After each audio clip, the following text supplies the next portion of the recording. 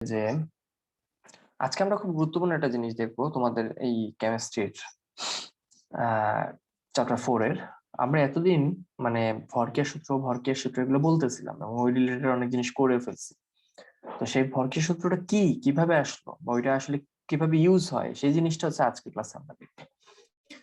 So এই ভরকের সূত্রটা mainly আসছে হচ্ছে গুল্ডবার্গ আর হচ্ছে পি ভাগে নামে দুই বিজ্ঞানী ছিল। ওনারা হচ্ছে মিলে একটা এক্সপেরিমেন্ট চালাচ্ছিল। নাইট্রোজেন ট্রাইঅক্সাইডকে ওনারা তাপীয় বিযোজনের মাধ্যমে নাইট্রোজেন ডাইঅক্সাইড বানাচ্ছিল ল্যাবরেটরিতে। তো বানানোর এক পর্যায়ে শুরুতে তো বিক্রিয়াটা একমুখী ছিল। সো ওনারা ওনারা হচ্ছে বিক্রিয়ার শুরুতে কার কি ঘনমাত্রা সেটা হিসাব করে নিল। তারপর হচ্ছে বিক্রিয়াটা যখন ঘটতেছে, বিযোজন যখন ঘটতেছে, নাইট্রোজেন ট্রাইঅক্সাইড থেকে যখন নাইট্রোজেন ডাইঅক্সাইড উৎপন্ন হচ্ছে, একটা পর্যায়ে এই বিক্রিয়াটা দেখা যায় যে সাম্য অবস্থায় চলে আসছিল। মানে মুখোমুখি হয়েছিল বিক্রিয়াটা, একটা পর্যায়ে সাম্য অবস্থায় চলে আসছে। সাম্য অবস্থায় চলে আসার পরে ওনারা আবার হিসাব করে লিখে রাখলো যে নাইট্রোজেন টেট্রাঅক্সাইড সাম্য অবস্থায় কতটুকু রয়ে গেল আর নাইট্রোজেন ডাইঅক্সাইড কতটুকু উৎপন্ন হলো। সো এইভাবে ওনারা এক্সপেরিমেন্টটা বারবার চালাচ্ছিল। চালানোর পরে ওনারা একটা ডেটা পাইলো, কিছু তথ্য পাইলো। এই ডেটাটা ওনারা অ্যানালাইসিস করা শুরু করলো। কে? দুজন বিজ্ঞানী, একজন হচ্ছে গুলবার্গ, একজন হচ্ছে পি ভাগে। সো ওনারা দুজন মিলে এটা অ্যানালাইসিস করতেছিল।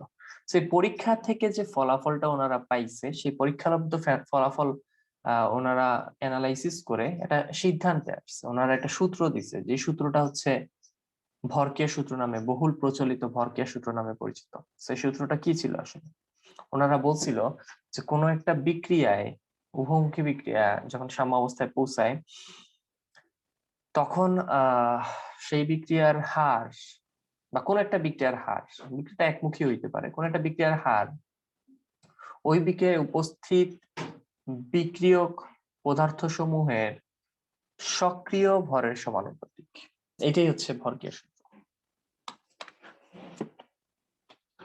আমি আবার বলতেছি, কোন একটা বিক্রিয়া, অবশ্যই এটা একটা নির্দিষ্ট তাপমাত্রায় হইতে হবে। সো কোন একটা নির্দিষ্ট তাপমাত্রায় যখন কোন একটা বিক্রিয়া ঘটতেছে, সেই বিক্রিয়ার হার, তোমরা তো জানো বিক্রিয়াটা একটা রেটে ঘটে। সো সেই বিক্রিয়ার হার কিসের উপর নির্ভরশীল? ওই বিক্রিয়ায় উপস্থিত যে বিক্রিয়ক গুলো আছে তাদের সক্রিয় ভরের সমানুপাতিক। সক্রিয় ভর মানে কি? ওজন না, সক্রিয় ভর বলতে এখানে বোঝানো হয়েছে যে বিক্রিয়ক গুলো যদি লিকুইড হয় সেক্ষেত্রে ঘনমাত্রা বোঝানো হয়েছে, আর বিক্রিয়ক গুলো যদি গ্যাসীয় পদার্থ হয় সেক্ষেত্রে আংশিক চাপ বোঝানো হয়েছে। তার মানে সক্রিয় ভর বলতে মোলারিটি বা কনসেন্ট্রেশন বা আংশিক চাপ বা পার্শিয়াল প্রেসার বোঝানো হয়েছে। ওকে, তার মানে আমি আরো ক্লিয়ার করে দিই, কোনো একটা বিক্রিয়া যখন ঘটে তখন সেই বিক্রিয়ার একটা হার থাকে। সেই হারটা বিক্রিয়ক যারা থাকে তাদের হয় ঘনমাত্রা আর না হলে আংশিক চাপ, সেইটার উপরে, সেটার সাথে সমানুপাতিক ভাবে নির্ভরশীল, মানে সমানুপাতিক। তার মানে বিক্রিয়কের ঘনমাত্রা যত বেশি হবে বিক্রিয়ার হার তত বেশি হবে, বিক্রিয়কের আংশিক চাপ যত বেশি হবে বিক্রিয়ার হার তত বেশি হবে, মানে সমানুপাতিক। এইটাই হচ্ছে ভরকের সূত্র। এটাই বিজ্ঞানী গুলবার্গ আর পি ভাগে ওনাদের ওনাদের রিসার্চ চালায়, ওনারা এইটাই দিচ্ছে। এটাই হচ্ছে ভরকের সূত্র নামে পরিচিত। এখন তোমাদের মনে হতে পারে, ভাই আপনি যে সাম্য ধ্রুবকের কথা বলছেন, কেপি কেসি বলছেন, ভরকের সূত্র থেকে আসছে, হাউ, কিভাবে আসলো? কারণ হচ্ছে আপনি যেটা বললেন এখানে তো বিক্রিয়ার হার নিয়ে ওনারা বলছে, বিক্রিয়ার হার কার উপর নির্ভর এটা বলছে। সো কেপি কেসি কিভাবে আসলো, সো সেটাই আমরা দেখবো যে ওনাদের সেই সংজ্ঞা থেকে, ওনাদের সেই সূত্র থেকে কিভাবে সাম্য ধ্রুবক বের করে নিয়ে আসা যায়, সেটাই আজকের ক্লাসে আমরা দেখবো। সো আমরা দেখবো যে কেপি কেসি কিভাবে আসছে অ্যাকচুয়ালি। তো আমার একটু খাতে যাইতে হবে, আমি খাতে চলে যাচ্ছি। তোমরা কোনো সমস্যা হলে আমাকে বলবা, ঠিকঠাক দেখা না গেলে বা কোনো প্রবলেম হইলে। ওকে, তাহলে আমরা হচ্ছে ভরকের সূত্র নিয়ে আলোচনা করতেছি। ভরকের সূত্র নিয়ে আমরা আলোচনা করতেছি। ফোকাসিং একটু মনে হচ্ছে প্রবলেম করতেছে। Okay fine. ধরো আমি এখানে একটা বিক্রিয়া নিলাম, ধরো উভমুখী বিক্রিয়া নিলাম বা যে কোনো একটা বিক্রিয়া নিলাম, উভমুখী হইতে পারে বা সাম্য বিক্রিয়া হইতে পারে। সেই বিক্রিয়ায় a প্লাস বি থেকে সি প্লাস ডি যেটা উৎপন্ন হচ্ছে। তো স্বাভাবিকভাবেই তোমরা দেখতে পাচ্ছ বিক্রিয়াটা একটা উভমুখী বিক্রিয়া। সো যেহেতু বিক্রিয়াটা উভমুখী বিক্রিয়া, তার মানে এখানে একটা সম্মুখী বিক্রিয়া আছে, পাশাপাশি এখানে একটা পশ্চাৎমুখী বিক্রিয়াও আছে।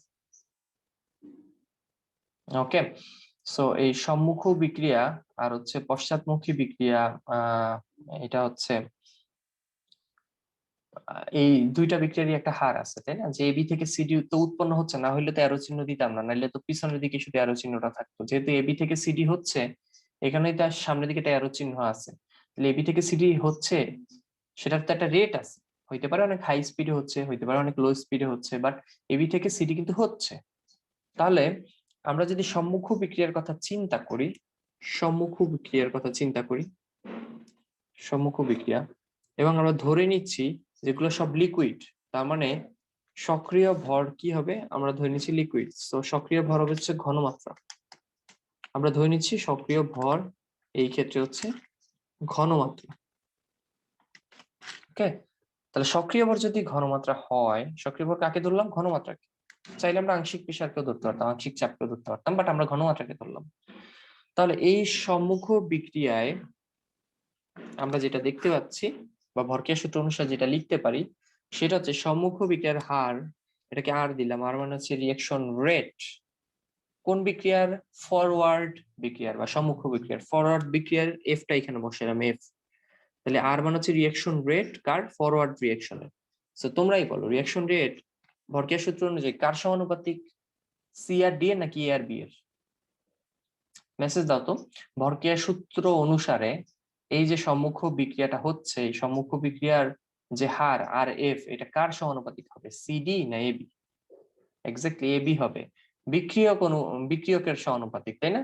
তাহলে এবি সমানুপাতিক হবে। এই যে এ এর সমানুপাতিক, বি এর সমানুপাতিক, ঠিক আছে না? সক্রিয় ভরের সমানুপাতিক। সক্রিয় ভরটাকে আমরা ঘনমাত্রা হিসেবে লিখলাম, এই যে ঘনমাত্রা হিসেবে লিখলাম, ঠিক আছে? তাহলে এক্স্যাক্টলি আমাদেরকে ভরক্রিয়া সূত্র থেকে এক্স্যাক্টলি আমাদেরকে এটাই বলছে যে বিক্রিয়ার হার নিয়ে কথা বলা হয়েছে। বিক্রিয়ার হার হচ্ছে বিক্রিয়ক অনুসারে বিক্রিয়ক পদার্থের সক্রিয় ভর, সেটা ঘনমাত্রা হতে পারে বা আংশিক চাপ, তার সমানুপাতিক। ওকে ফাইন, আমরা যদি সমানুপাতিক চিহ্ন উঠাই, তাহলে স্বাভাবিকভাবে এখানে একটা কনস্ট্যান্ট আসবে, সেই কনস্ট্যান্টটার নাম দিলাম আমরা K1, যেটাকে বিক্রিয়ার, যেহেতু এটা বিক্রিয়ার হার নিয়ে কথা বলা হচ্ছে, সো এটার নাম কি হইতে পারে? তোমরা অলরেডি জানো, এর আগেও পড়ছো, বিক্রিয়ার হার ধ্রুবক বা বিক্রিয়ার rate constant, reaction rate constant বা বিক্রিয়ার হার ধ্রুবক। বিক্রিয়ার হার ধ্রুবক হচ্ছে K1। তো সম্মুখ বিক্রিয়ার ক্ষেত্রে ঠিক যেভাবে আমরা লিখলাম, আমরা তো চাইলে পশ্চাৎ বিক্রিয়ার ক্ষেত্রে একইভাবে লিখতে পারি। পশ্চাৎ বিক্রিয়ার ক্ষেত্রে আমরা একইভাবে লিখতে পারি, রাইট? তো পশ্চাৎ বিক্রিয়ার ক্ষেত্রে আমরা তাহলে কি লিখতে পারি, এটা বলবা হচ্ছে, আফসানা একটু আনমিউট করো এবং বলো যে পশ্চাৎ বিক্রিয়ার ক্ষেত্রে আমরা আরএফ এর জায়গায়, মানে এখন এটা কিভাবে সাজাবো আমরা?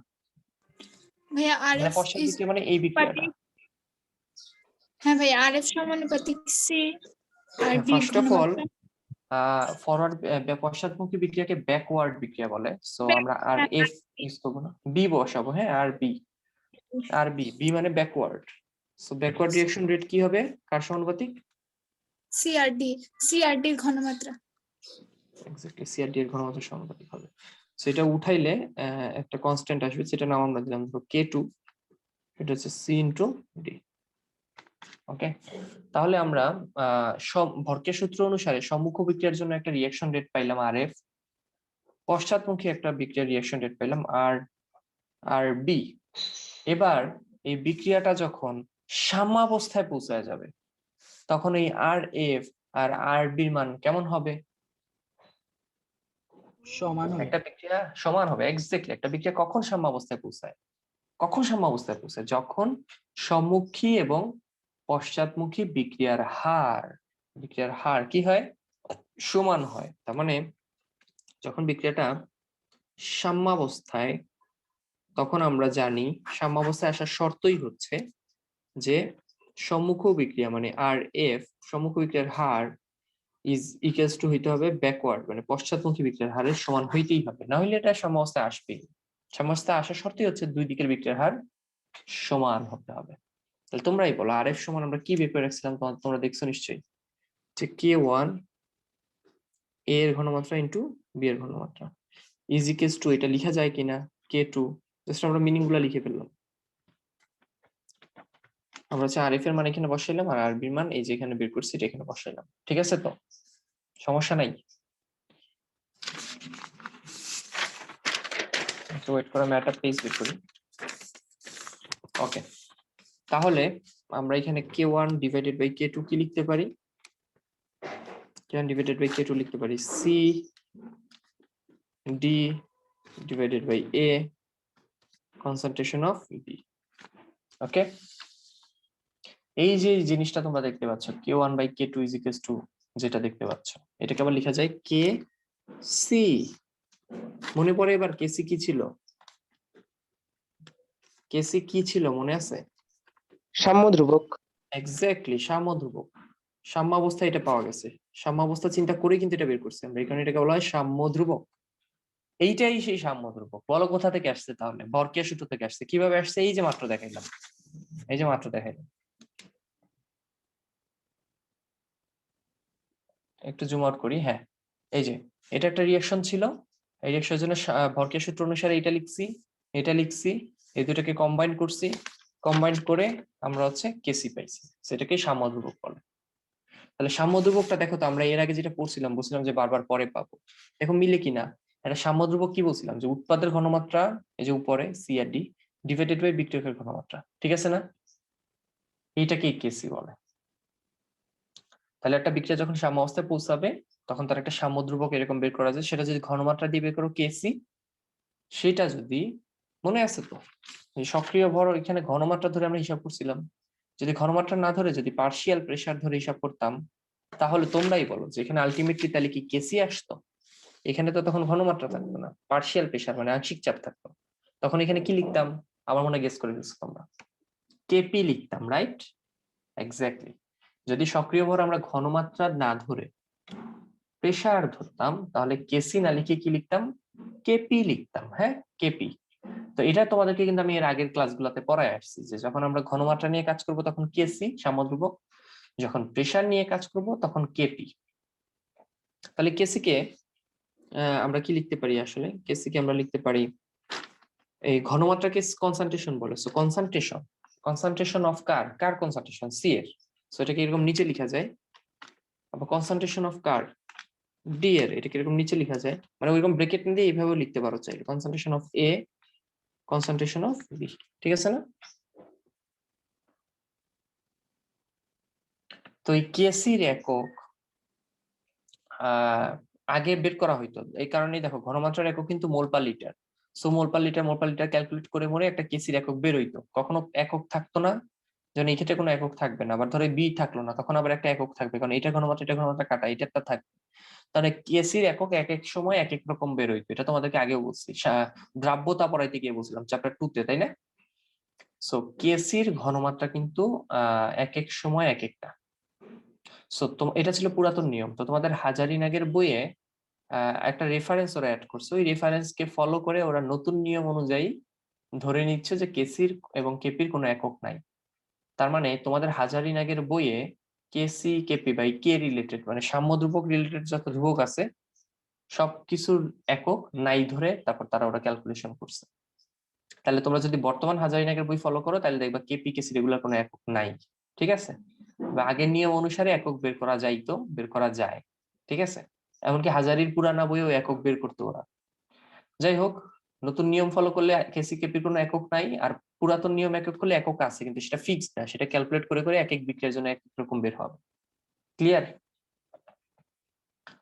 তাইলে আমরা আমাদের কনক্লুশন কি, আমরা ভরকের সূত্র থেকে কি পাইলাম? ধরো একটা বিক্রিয়া এখন এরকম দেয়া আছে 2a প্লাস বি স্কোয়ার এটা একটা সাম্য অবস্থায় চলে আসছে, এখান থেকে পাইলাম 3b 3ab। যদি এখানে মিলে নাই মনে হয়, তাই না? মূল সংখ্যা মিলে নাই, এ দিয়ে দিছি 3টা, এখানে 2টা, এটা মিলে না। আচ্ছা, মিলানোর দরকার নেই, আমরা ধরে নিচ্ছি এরকম একটা বিক্রিয়া, আমি তো এটা একটা এক্সাম্পল হিসেবে ধরছি, তাই না? সো এই বিক্রিয়ার ক্ষেত্রে তাহলে কেসি আমরা কি লিখতে পারি? এটা বলবা হচ্ছে হ্যাঁ 2ab দিলে মিলতো। আচ্ছা 2ab দেই, সমস্যা নেই। নাইমা বলো, আনমিউট করে যে এটার ক্ষেত্রে আমরা কেসি, তাহলে কি আমরা যে ফাইনালি যে কেসি বের করলাম এই অনুযায়ী এটা একটা সাম্য অবস্থায় আছে বিক্রিয়া, সো এটা সাম্য ধ্রুবক কেসি আমরা কি কি লিখতে পারি? ভাইয়া কেসি হবে যে উপরে হবে যে a এর ঘনমাত্রার উপরে না, স্কয়ার উৎপাদের ইনটু b ঘনমাত্রা। এর ঘনমাত্রার উপরে স্কয়ার। না ভুল করছো, উৎপাদের ঘনমাত্রা জি উপরে ভাই, হবে, এই দেখো। ও আচ্ছা উৎপাদের। হ্যাঁ বলো কি লিখবো তাহলে? হ্যাঁ নাইমা বলো। ভাই উৎপাদের a b ঘনমাত্রা, এর ঘনমাত্রার উপরে স্কয়ার। ওকে, মানে যথোপযুক্ত ঘাত সহ লিখতে হবে কিন্তু ঘনমাত্রা, যেমন এখানে মূল সংখ্যা থাকলে সেটাকে ঘাতে নিয়ে যেতে হবে। আচ্ছা নিচে নিচে a এর ঘনমাত্রার উপরে স্কয়ার ইনটু b এর ঘনমাত্রার উপরে স্কয়ার। জি না, বিয়ের ঘনমাত্রা প্রেস করা হবে না। কেন হবে না? কারণ এটা সামনে মূল সংখ্যা তো 1, আমি তো মূল সংখ্যাকে ঘাত বানাচ্ছি। বি এ 2 থাকলো না 3 থাকলো, কি আমার দেখার বিষয়? আর তুমি ব্যাপারটা বুঝছো? মূল সংখ্যা কত সামনে মনে মনে এক মূল সংখ্যা, সো এক বসাবা আর না বসাবা একই কথা, 2 কেন বসাবো? ওকে, সো কেয়ারফুল, বি কেয়ারফুল। মূল সংখ্যা সামনে যেটা থাকে ওটা মূল সংখ্যা, ওইটা হচ্ছে আমরা পাওয়ার হিসেবে ইউজ করবো। ঠিক আছে, বাকিটা বুঝছো? কারো কোনো কনফিউশন থাকলে বা প্রশ্ন থাকলে হাত তুলে কোশ্চেন করতে পারো, হ্যান্ড রেজ করো। আচ্ছা সেটা যদি আমরা কনসেন্ট্রেশন দিয়ে লিখি তাহলে কিভাবে লিখতে পারবো? Concentration of A B square, মানে এটাকে এইভাবে লেখা যাবে, মানে এটা যে কথা এটা একই কথা। এখানে ব্রেকেট দিয়ে লিখছি, এখানে সি দিয়ে লিখছি। Okay, so concentration of A square into concentration of B two square.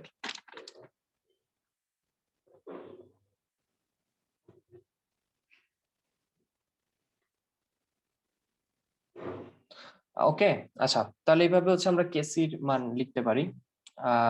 কেসি হচ্ছে আমরা এইভাবে বের করতে পারি বা এইভাবে লিখা যায়। তাহলে আমরা কেসি নিয়ে মোটামুটি একটা ভালো আইডিয়া পেয়ে গেছি। আই থিঙ্ক তোমরা বুঝতে পারছো যে কেসি জিনিসটা কি, কোথা থেকে আসলো, হ্যাঁ এটা কিভাবে লিখতে হয়। আই থিঙ্ক এই জিনিসগুলো ক্লিয়ার হয়েছে। কেসি হচ্ছে একটা সাম্য ধ্রুবক, হ্যাঁ একটা সাম্য বিক্রিয়ার একটা ধ্রুবক হচ্ছে কেসি, সেটা কিভাবে লিখতে সেটা আমরা দেখলাম, কিভাবে আসছে সেটা আমরা দেখলাম, ভরক্রিয়া সূত্র থেকে আসছে। ওকে, এবার আমরা একটু কেপি নিয়ে আলোচনা করতে চাই। তো ধরো একটা বিক্রিয়া এরকম দেয়া আছে a প্লাস 3b, সেটা থেকে হচ্ছে 3b3a বা ab3 নাজিয়া বলছো ভাই এখন বি এর টা স্কয়ার হবে কিনা, কখন বি এর টা স্কয়ার হবে কিনা বুঝি নাই, কোথায় লিখছিলাম আমি? বি এর টা স্কয়ার হবে কিনা মানে, ও সরি বি এর টা স্কয়ার আমি ভুল দিছি, এক্সট্রিমলি সরি, এখানে স্কয়ার হবে না, হ্যাঁ হ্যাঁ ভুলে লিখছি। আচ্ছা আচ্ছা, এটা তো বাকিরা আরো আগে ধরা উচিত ছিল, আমি মিস্টেক করে ফেলছি, সরি। বি স্কয়ার কেন হবে এখানে, যেটা ওইটাকে জাস্ট এইভাবে লিখছি, ব্র্যাকেটটা উঠায় সি লিখছি, এত কিছু না। সি দিয়ে কনসেন্ট্রেশন বোঝায়, মানে ঘনমাত্রা বোঝায়, স্কয়ার হবে না। হ্যাঁ এটা একটা মিস্টেক ছিল, গ্রেট মিস্টেক ছিল।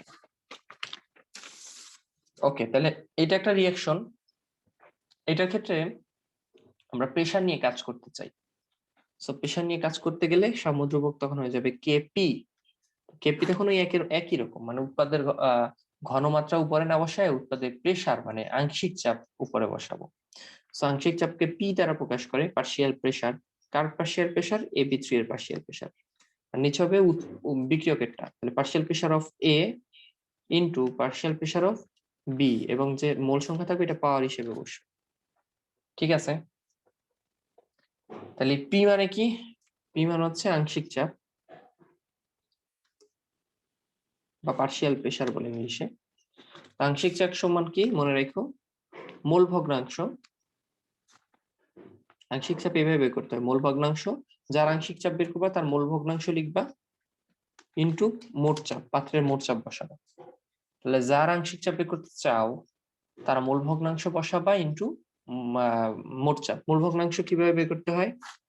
নিচে হচ্ছে মোট মোল বসাইতে হয়, সাম্য অবস্থায় যে যত মোল আছে ওই পাত্রে সব মোল বসাইতে হয়, আর উপরে বসাইতে হয় যার আংশিক চাপ বের করতে চাও তার মোল সংখ্যা। ওকে, যার আংশিক চাপ বের করতে চাও তার মোল সংখ্যা গুণ পি। তো এইভাবে বের হয়ে যাচ্ছে মোল ভগ্নাংশ, তার সাথে আমরা মোট চাপকে গুণ দিলে ওই যার মোল ভগ্নাংশ এখানে বসাইছো তার আংশিক চাপ বের হয়ে আসবে। ক্লিয়ার? আজকের ক্লাসের উপরে ডিপেন্ড করে নেক্সট বেশ কিছু ক্লাস একই জিনিস, থিওরিটিক্যাল আলোচনা, ম্যাথমেটিক্যাল আলোচনা, বিভিন্ন অ্যানালাইসিস। বিশেষ করে এখান থেকে একটা ভালো একটা সৃজনশীল কোশ্চেন আসে এই টপিক থেকে। এরপরে এইটার সাথে এটা ধরে ধরে আমরা যতদূর আগাবো সেখান থেকে একটা সৃজনশীল আসে, অঙ্ক আসে, প্রচুর অঙ্ক আসে। এই চ্যাপ্টারের মেইন অঙ্কই হচ্ছে এখান থেকে শুরু আসে। তোমরা যদি বলো ভাই এর আগে তো অঙ্ক করছি এই চ্যাপ্টারে, ওগুলাকে গোনায় না ধরলে এইখান থেকে আসলে মেইনলি অঙ্ক শুরু, এই চ্যাপ্টারের মেইন অঙ্কগুলা শুরু। তো এই জিনিসগুলো আমরা আমরা কেপি একটা আমাদেরকে বিভিন্ন ইনফরমেশন দেয়া থাকবে, সেখান থেকে আমরা কেপি বের করব, বিভিন্ন ইনফরমেশন দেয়া থাকবে সেখান থেকে আমরা কেসি বের করবো। তো এইভাবে হচ্ছে আমরা আগাবো একটু একটু করে। ওকে, তো এই পর্যন্ত কারো কোনো কোয়েশ্চেন আছে কিনা, থাকলে একটু বলতে পারো আমাকে। এই চ্যাপ্টারটা একটা বড় চ্যাপ্টার, এই চ্যাপ্টারটা আমরা শুরু করছি এবং বলতে গেলে প্রায় মাঝামাঝি চলে আসছি। তারপর এই টাইপের ম্যাথ করতে করতে আমরা শেষের দিকে চলে যাব। এরপর পিএইচ আছে অবশ্য, সো ভালোই জিনিস বাকি। এই চ্যাপ্টারটা শেষ করতে পারলে একটা ভালো একটা রিলিফ পাবা তোমরা সবাই, এটা হচ্ছে মেইন কথা। এখন তোমরা বলো যে তোমরা বাকিরা যা করতেছে তাতে তো আমার জন্য এই ব্যাচটা কন্টিনিউ করা টাফ হয়ে যাচ্ছে। সো আমার এখন কি করা উচিত আসলে? আমি তো এইভাবে রান করতে পারবো না। তোমরা এই চ্যাপ্টার শুরু করার আগে সবাই বলছিলা যে তোমরা কন্টিনিউ করতে চাচ্ছ, তোমাদের রেসপন্স নিয়ে কিন্তু হচ্ছে আমি হচ্ছে কন্টিনিউ করছি এই ব্যাচ। আমাকে কিন্তু প্রতিদিন, তোমরা বিলিভ করবা না, 5-7 জন এমনিতেই নক দেয় নতুন ব্যাচের জন্য। সো তোমরা যদি 5-7 জনই ক্লাস করো, আমি 5-7 জন নিয়ে একটা নতুন ব্যাচই দিতে পারি। সো আমি তো 5-7 জন নিয়ে ব্যাচ রান করবো না। ওকে, মানে পয়েন্ট হচ্ছে এইটা, 5-7 জন নিয়ে তো আমি ব্যাচ রান করবো না। আমার তো এই চ্যাপ্টার শুরু করার আগেই মনে আছে তোমাদের হচ্ছে যে আমি তোমাদের সাথে, তোমাদের কাছ থেকে হচ্ছে আমি রেসপন্স নিয়েছিলাম যে তোমরা আসলে কি চাচ্ছ। তোমরা যদি বলতা যে ভাই না আপাতত অফ রাখেন, আমি অফ রাখতাম, আমার সমস্যা ছিল না। এখন এই তোমরা একটা ব্যাচে একটা চ্যাপ্টারে ঢুকি, কিছু দূর যাওয়ার পরে তোমরা কমে যাও স্টুডেন্ট, তোমরা ইরেগুলার হও। বাকিরা ইরেগুলার, ক্লাস কন্টিনিউ করতেছে না তা না, তারা ইরেগুলার, তারা হচ্ছে নানান সমস্যার কারণে এক একজন ক্লাস করতে পারতেছে না। এখন তোমরা কয়েকজন করতেছো, এখন তোমরা তো আসলে ঝামেলায় পড়ে গেছো, বাকিদের জন্য, তোমাদের জন্য এখন এই টাফ হয়ে গেছে। তোমরা তো, তোমাদের তো সমস্যা নেই, তোমরা রেগুলার ছিলে আগেও, এখনো রেগুলার আছো। কিন্তু যারা রেগুলার না তাদের জন্য তোমরা আসলে সাফার করতেছো, সমস্যায় পড়তেছো। এখন আমিও সমস্যায় পড়তেছি, কারণ আমি তো মানে এই কয়েকজনকে নিয়ে রান করব বা কন্টিনিউ করব এই ইচ্ছা নিয়ে তো আমি কন্টিনিউ স্টার্ট করিনি এই চ্যাপ্টারটা, তাই না? এই চ্যাপ্টারটা একটা বিশাল চ্যাপ্টার। এই চ্যাপ্টারটা এমন না যে আমি ধুমধাম 2-4টা ক্লাস নিয়ে তোমাদেরকে শেষ করে দিব। কি শেষ করে দিব, কি শেষ করবো? এই চ্যাপ্টারে তো অনেক কিছু বাকি আছে, ভালো করে দেখাইতে গেলে, বুঝাইতে গেলে ভালো সময় লাগার কথা। তোমরা তো জানো কেমিস্ট্রিতে এমনিতেই অধ্যায় হচ্ছে অনেক কম, এমন না যে 15-20টা অধ্যায় এক একটা পত্রে, 3টা অধ্যায় ফার্স্ট পেপারে, বাকি 2টা বাদ দাও, 3টা অধ্যায়।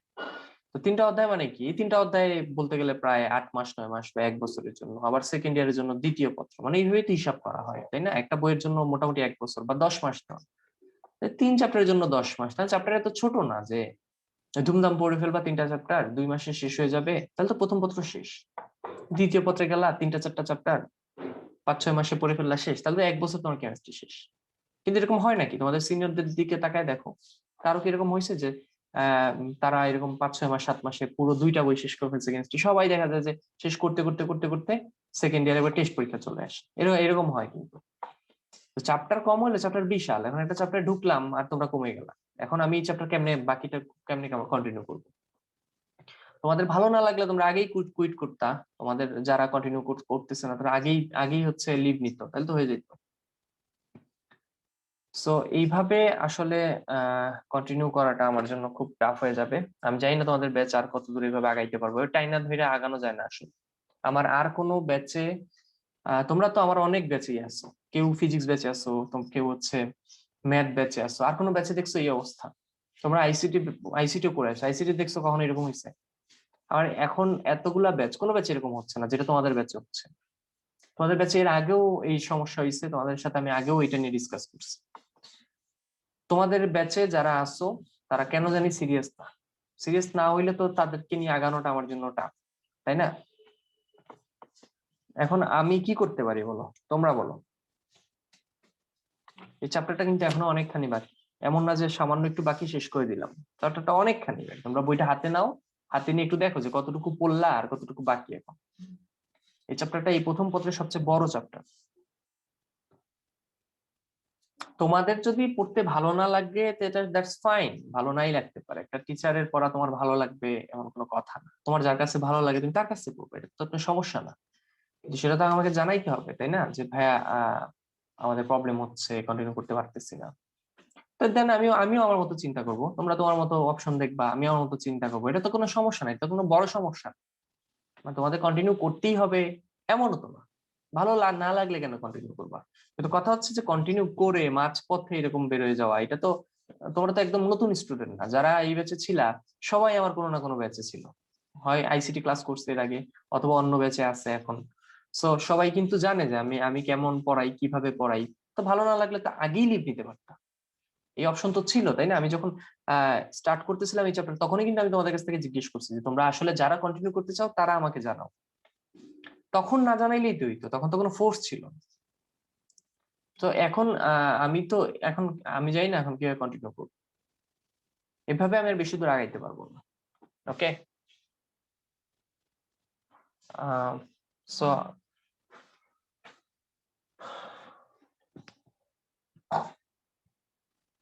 একটু ওয়েট করো।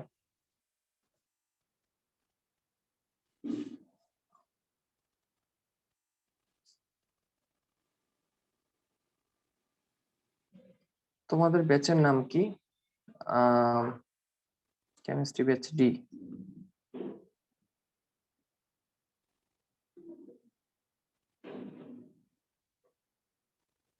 আচ্ছা, তোমরা হচ্ছে গুগল ক্লাস হচ্ছে 20 জন এড আছে। তার মধ্যে হচ্ছে তোমাদের আজকে হচ্ছে কত ফেব্রুয়ারি? 15 ফেব্রুয়ারি, 28। তো আজকে তো 28 নম্বর ক্লাস চলতেছে তোমাদের। সো সেই হিসাবে তোমাদের তোমাদের হচ্ছে এই মাস শেষ হইতে ধরো আরো 6টা ক্লাস আছে, 8টা ক্লাস আছে নাকি?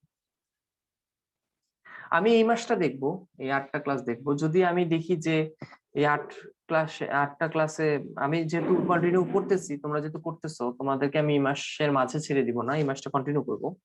আমি 8টা ক্লাস নিব। 8 ক্লাস পরে যদি দেখি যে সিচুয়েশন বদলায় নাই, আমি এভাবে ক্লাস নিব, সমস্যা নেই 8টা ক্লাস। বাট 8টা ক্লাস পর মানে এই মাসটা শেষ হওয়ার পরে যদি আমি দেখি যে সিচুয়েশন বদলায় নাই, তাহলে হচ্ছে এই ব্যাচটা ক্লোজ করে দিতে আমি বাধ্য হব। তোমরা যারা 7-8 জন আছো তোমরা সমস্যায় পড়বা না, তার কারণ খুব সহজ, কারণ আমার আরেকটা ব্যাচ আগাইতেছে। আমার ওই ব্যাচে 30+ স্টুডেন্ট কেমিস্ট্রি। তোমরা অনেকে ওই ব্যাচে ক্লাস করতেছো, 2-1 জন যাদের চ্যাপ্টার 2 শেষ ছিল। সো আমার ওই ব্যাচটা আগাক। ওই ব্যাচে হচ্ছে চ্যাপ্টার 2 শেষ হয়ে গেলে চ্যাপ্টার 3, তারপর চ্যাপ্টার 4, তোমরা ওই ব্যাচে ইজিলি চ্যাপ্টার 4 শেষ করে ফেলতে পারবা। ওকে, জাস্ট একটু ওয়েট করতে হবে। হ্যাঁ, মাস 2 ওয়েট করতে হবে, বাট আমি শেষ করে দিব। আমি তো আর এই লাইন ছেড়ে চলে যাচ্ছি না। আমি তো তোমাদেরকে বলছি যে আমার হচ্ছে আমি আমি মোটামুটি তোমাদেরকে এফোর্ট দিতে চাই, এবং যেসব ব্যাচে সিরিয়াস আছে তাদেরকে আমি এফোর্ট দিব, এটা আমি আগেও বলছি, এখনো বলতেছি। সো সেই হিসেবে তোমাদেরকে একটু ওয়েট করতে হবে। তোমরা ঝামেলায় পড়ার কিছু নাই, জাস্ট তোমরা অন্যান্য পড়া চালায় যাবা। আর চ্যাপ্টার 4 আবার যখন আমার নতুন ব্যাচটায় যখন চ্যাপ্টার 4 শুরু হবে, দরকার হয় আমি চ্যাপ্টার 2 শেষ করার পরে, না চ্যাপ্টার 3 শুরু করতে হবে, কারণ একটা ঝামেলা আছে। চ্যাপ্টার 3 শুরু করবো ওই ব্যাচে শেষ, তারপর চ্যাপ্টার 4 এ আসবো, তখন তোমরা আবার কন্টিনিউ করবা। চ্যাপ্টার 4 থেকে যতটুকু পড়ছো তো পড়ছো, এরপর থেকে কন্টিনিউ করবা। আমার পক্ষে আসলে আর কিছু করার নেই। এভাবে ধৈর্য বাইধা আমি তো স্টুডেন্ট রাখবো না, আমার এত তো দরকার পড়ে নাই, তাই না? আমার এনাফ স্টুডেন্ট আছে, এবং যারা সিরিয়াস আমি তাদেরকে নিয়ে হ্যাপি। আমি তাদেরকে সাপোর্ট করতে চাই, সাপোর্ট দিতে চাই। যারা সিরিয়াস না তাদেরকে দেওয়ার দরকার নেই, তাদের জন্য আরো অনেক জায়গা আছে। আমার আসলে আজকে ক্লাস নেওয়ার মুড চলে গেছে, আমি আজকে ক্লাস এখানে ক্লোজ করে দিব। আজকে হচ্ছে কত নম্বর ক্লাস গেল? 29 নম্বর ক্লাস গেল। আমি আর 7টা ক্লাস দেখবো। 7টা ক্লাসে যদি এই সিচুয়েশন চেঞ্জ না হয়, তাহলে হচ্ছে ক্লাস তোমাদের এই ব্যাচটা অফ হয়ে যাবে, ব্যাচ ডি অফ হয়ে যাবে। ওকে, সো আজকের ক্লাস এই পর্যন্ত থাক। নেক্সট ক্লাস তোমাদের অফ থাকবে, পুজোর বন্ধ থাকবে। 17 তারিখ হচ্ছে পুজোর জন্য ছুটি। এরপর আবার শিডিউল অনুযায়ী ক্লাস হবে। ওকে, সো তোমাদের নেক্সট ক্লাসটা মানে 17 তারিখের ক্লাসটা সরস্বতী পূজার জন্য অফ থাকবে। এরপরের ক্লাসটা আবার অ্যাজ ইউজুয়াল চলবে। আর সিচুয়েশন যদি চেঞ্জ না হয় তাহলে এই ব্যাচটা আর বেশি দিন চলবে না। ওকে, সবাই ভালো থাকো, সবাইকে আল্লাহ হাফেজ, আসসালামু আলাইকুম।